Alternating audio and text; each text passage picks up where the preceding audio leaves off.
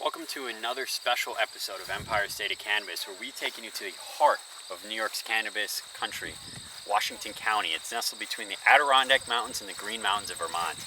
And we've come to Gardenworks Farms, which has been in a family farm for over 100 years. They've grown all different types of fruits, vegetables, and market-ready crops.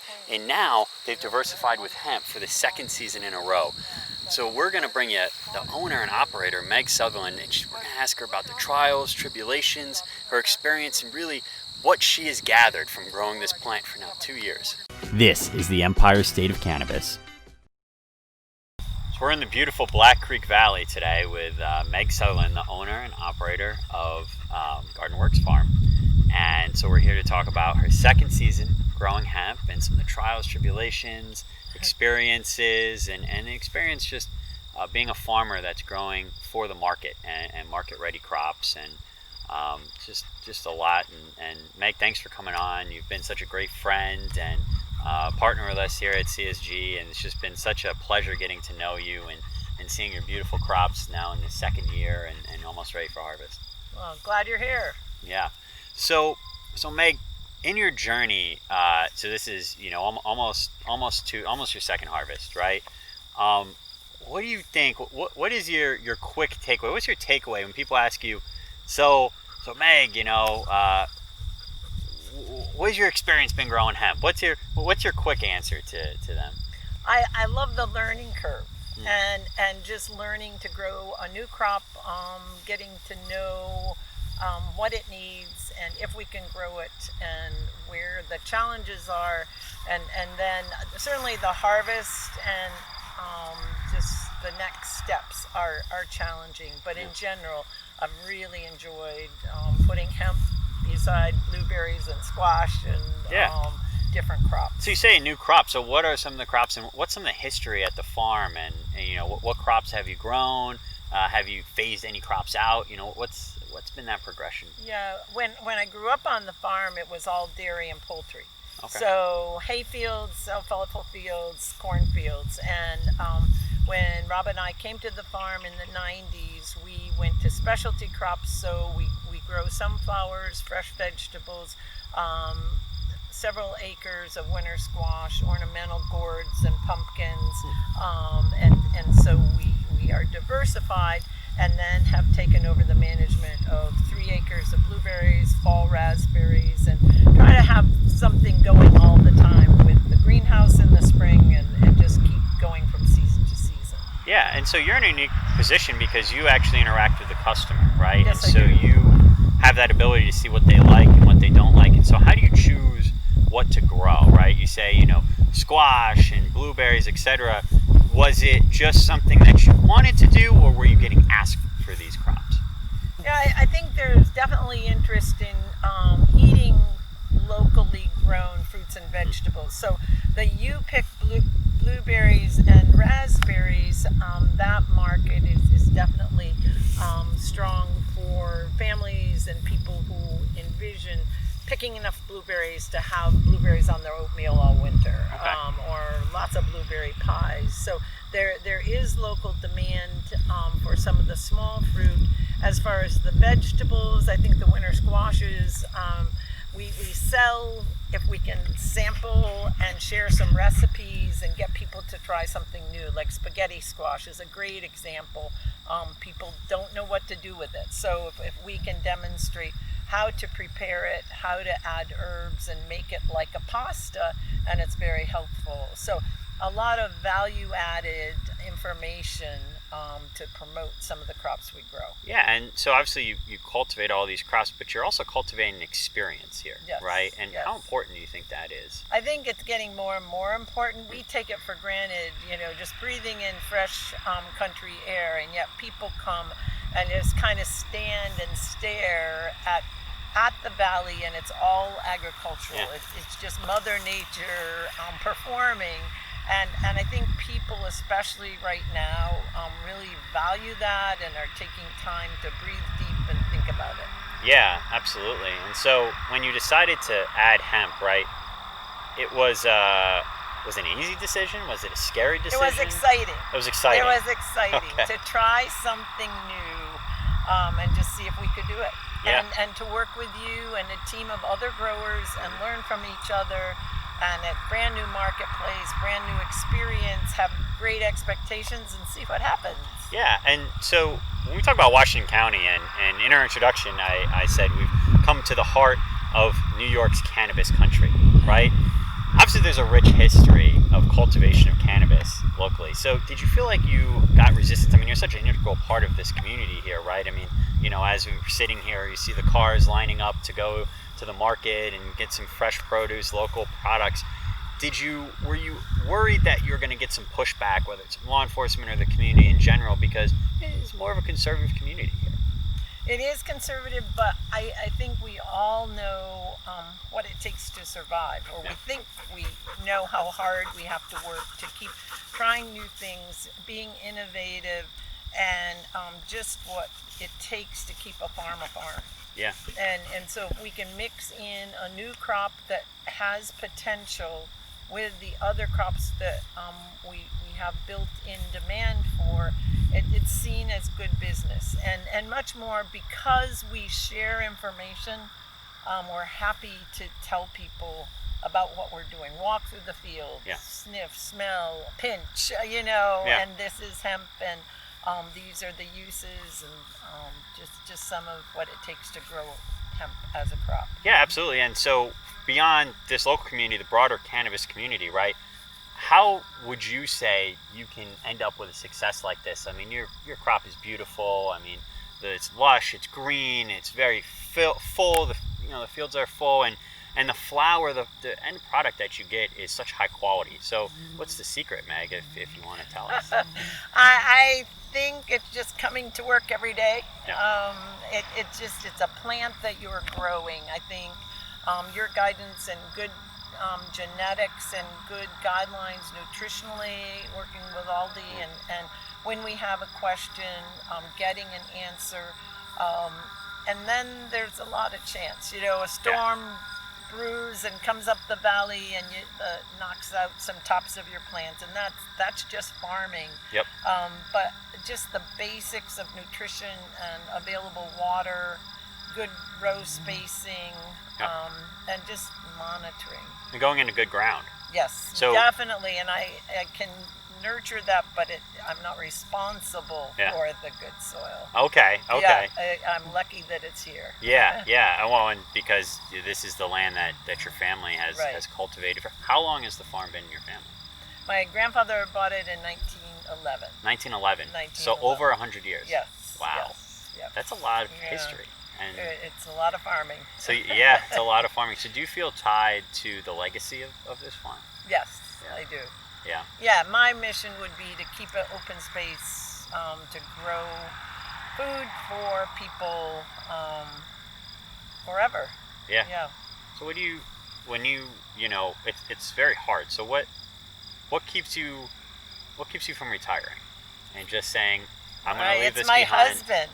He says we wake up in the morning and can choose to do anything we want, and here we are. We're at the farm, and yet I think it's the challenge. It's the nice people that are in the neighborhood, and just people who really value farming and make us feel like it's a worthy profession, and just keep doing it the best we can. Well, and how important do you think is just to stick with it? Because I think there's a lot of people, especially in the cannabis industry, that some days they go home and they say, is this all worth it? It's very hard. There's a lot of failure, right? I mean, hemp, cannabis, being in the cannabis industry in general is always going to be marked by failures. And so, what would you say to someone who is kind of at that wall where they're like, I'm just going to, give this up? What have you found is best when you find, whether it's, any part of your operation, when you're like, this is too much? Yeah. Well, I think it's always good to step back and look at what really is happening, and that's what we do in the winter. We look at each season what went the way we hoped it would and what was really rough, and you can reevaluate, and are there some steps that you can take to make a crop more efficient or more valuable, or doing one more thing with that crop to make it more profitable. And like cannabis, for us, it was another egg in the farm basket. Yeah.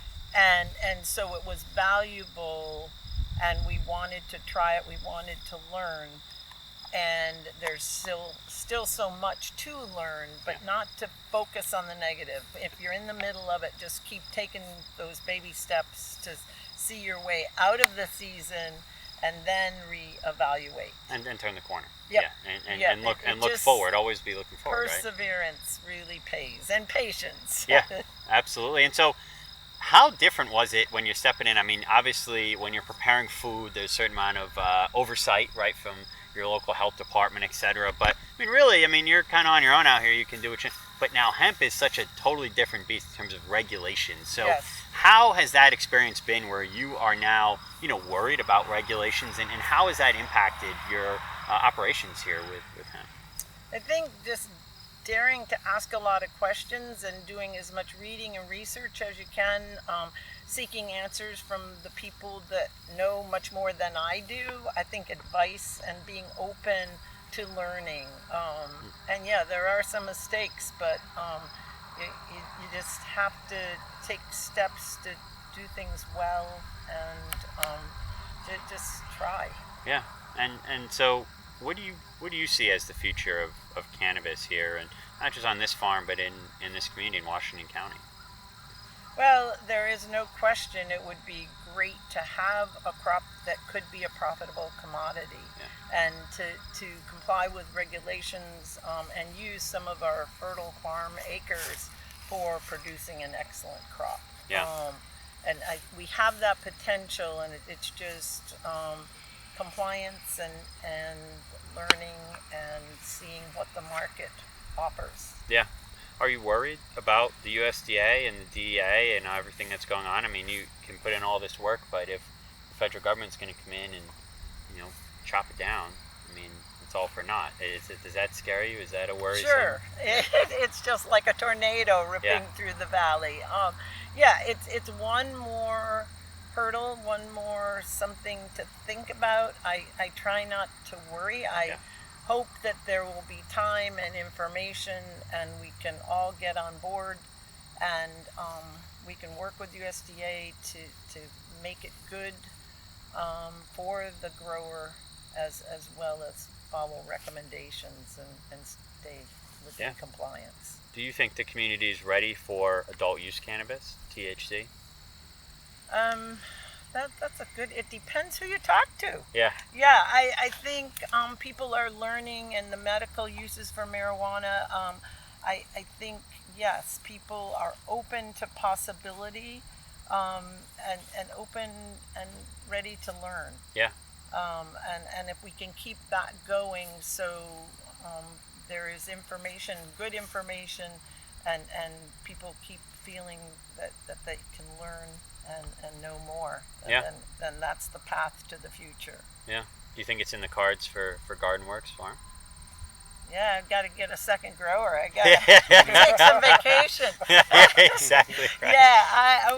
We're always looking and evaluating and just estimating what it's going to take, what it means, and finding out as much information before we plunge in. Yeah, absolutely. So we're sitting here, it's September 4th, right? And we're seeing the end of the summer and the start of the fall and harvest. So what is your next month and a half look like? What's I'm going recruiting helpers, Kaylin. You're recruiting helpers. I want everybody to stay and just be part of the harvest. Yeah, it's uphill, but it's also the reward of spring planting and summer monitoring, and now it's the harvest. And what's it going to be?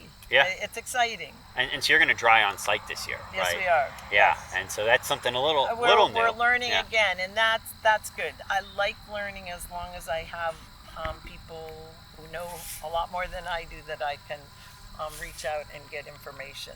Yeah, and it seems like sometimes you see in this cannabis industry, people are adverse to, well, it's this interesting dichotomy that I see, right? It's first you have a lot of people asking a lot of questions and not getting their questions answered at all. And then you have a lot of people who don't want to ask any questions because they presume that they do know it all, right? And then you see a lot of failure, and it's a strange strange phenomenon, right? And I wonder if you see that as somewhat unique to the cannabis industry, or you see that amongst a lot of different growers, or this, sense of, I know what I know, and I'm not going to share it, and I'm not open for more information, and how dangerous do you think that is?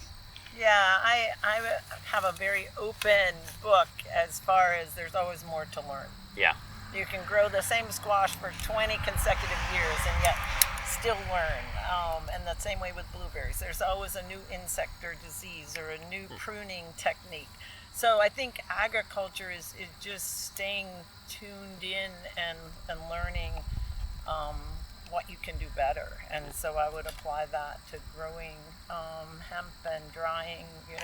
We'll do it one way and think we're following and doing it the right way, but as we reflect on it after this season, I'm sure we'll say, well, next year we'll try this. Yeah, absolutely. So if someone wants to share the experience, and especially with harvest coming, and they want to witness it and enjoy the beautiful aromas coming off your field this fall, how do they do that? Do you have a website that they can go to, or they could, but we still encourage people just to come to the farm. Just come to the farm. I just feel like the farm is a resource. It just the whole experience of coming, seeing things grow, and just kind of a reality check. Yeah. Just what it takes to grow, what it looks like. Gosh, it's messy, or you've got weeds, or how do you make it grow this tall, or whatever it might be. It's discovery and learning. So I think there's no classroom better than the farm. Yeah. So how does someone know how to get here and get some information on your website? Map and hours that we're open, and that's Gardenworks, and we'll have a link on this video. .com, and we're in beautiful Salem, New York, Washington County, and I'm happy to share agriculture. Yeah, absolutely. Well, thanks, Meg. Thanks for sharing this with us, right? And now sharing it with the community and the world, right? And good luck on harvest this year. Thank you. Yeah. We've got your number, Kate. Yeah, right. So watch out. Excellent.